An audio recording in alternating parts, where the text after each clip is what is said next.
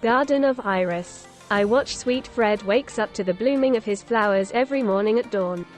Sometimes he'll forget to brush his teeth in the morning or take a shower, but he'd never forget to check on his flowers. He'd feed them water with his dry, wrinkly hands, gave them food to eat when his stomach growled, and prepared them for the sun while he made his way back inside his house. I know this since I live across the street from him. And that's how far I plan to stay away from him. He doesn't know me at all, yet. I've known him for many years. I've memorized the times he wakes up and sleeps, how only one side of his mouth lifts up when he smiles. It makes me feel warm to see him happy working hard in his garden every day. Well, almost every day. I hate winter. This is the only season Fred doesn't belong to. I have nothing to do, so it makes me feel lonely. It's as if winter was made to punish me. Except for winter, every season serves a purpose. During the summer, he'll expand his front yard garden to his backyard, leaving me to my imagination. In autumn, he'll say his last goodbyes and prepare them for their real fall, winter. But spring, the amazing spring, is always the revival of it all after winter kills it. I look forward to the first of spring during a cold, empty winter. I mark it first thing on every calendar I get. My favorite day of the year is the first day of spring.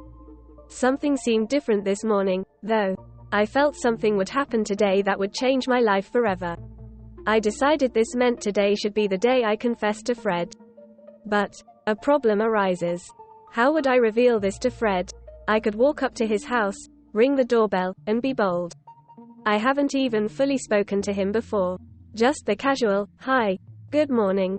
I would be crazy to speed at full force at him like that. I need to do it in a unique, quiet way. I could, accidentally, bump into him while he was on his daily walk, and act the role of an attractive stranger asking him out on a date. Who am I kidding? I'm not a good actor and I'm not getting any younger. He needs to know today. I don't have the time for such a long-term plan. Yet, I don't have the courage for an instant one. I've got it. I could write him a letter. Yes, it's perfect. It's minimal, traditional, and it'll be anonymous. Even if I sign my name to the letter, he wouldn't be able to match a face to it. Still, I want to make an everlasting impression on him. It can't be simply a letter. I coughed harshly. Lately, I've been coughing harder and more than usual. I made my way to the vacant room I turned into a pottery station. I played with clay when I was bored. I would make plant pots that I hoped one day I'd get to see in Fred's lawn. That was it. I would make a plant pot to put my letter in. I googled how to make cool designs on clay with the materials I had. I worked on this for hours, never satisfied with my creations. By now, my coughing turned into a hissy fit. It was around 2 p.m. already. Fred would be taking his daily walk at around 2:15 p.m., sometime after grabbing a light snack. I watched Fred lock his front door and leave. That was my cue. With my pot in hand, I walked over to his front yard and planted my pot on his front porch. Quickly, I took a peek inside his house. I could just die. I was in heaven. Floral china in the dining room, a floral bookcase by the hallway. It was exactly how I imagined it all these years. By the corner of my eye, I saw a figure walking on the sidewalk in front of the house. Scared, I ran back across the street to mine.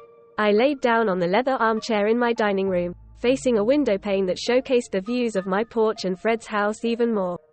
I sat there waiting for him to come back until I started coughing again. This time I felt a sharp pain with every cough I took. I closed my eyes. I felt a cold breeze brush in through the window. The vigorous air took everything in its past away, including my breath.